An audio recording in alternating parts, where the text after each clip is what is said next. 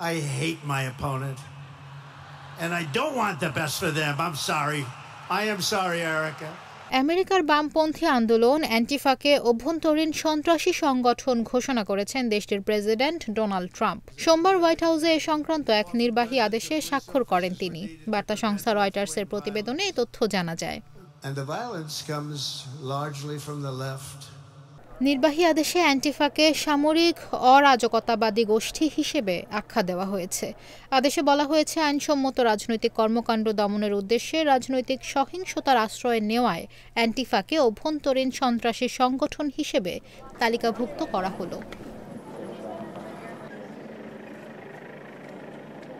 ট্রাম্পের ঘনিষ্ঠ হিসেবে পরিচিত ডানপন্থী রক্ষণশীল কর্মী কার্ককে গত 10 সেপ্টেম্বর উইটা অঙ্গরাজ্যের একটি বিশ্ববিদ্যালয় ক্যাম্পাসে বক্তব্য দেওয়ার সময় হত্যা করা হয়। এই ঘটনায় 22 বছর বয়সী এক কলেজ শিক্ষার্থীকে গ্রেপ্তার করা হয়েছে। এখনও হত্যার উদ্দেশ্য খুঁজে বের করার চেষ্টা করছেন তদন্তকারীরা। তবে এখন পর্যন্ত অভিযুক্ত ব্যক্তি কোনো সংগঠনের হয়ে কাজ করেছেন বলে জানায়নি কেউ।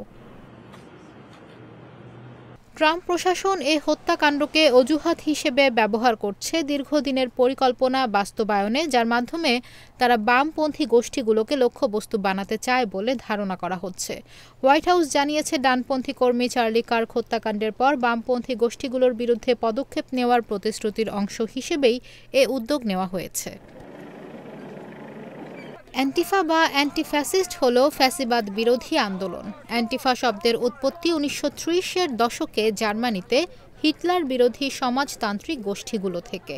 এতে নানা ধরনের দল, নেটওয়ার্ক ও ব্যক্তির সম্মিলন রয়েছে। বর্ণবাদ, অতি ডানপন্থী মূল্যবোধ তথা ফ্যাসিবাদী কর্মকাণ্ডের বিরুদ্ধে প্রতিবাদ করেন অ্যান্টিফা সংশ্লিষ্টরা।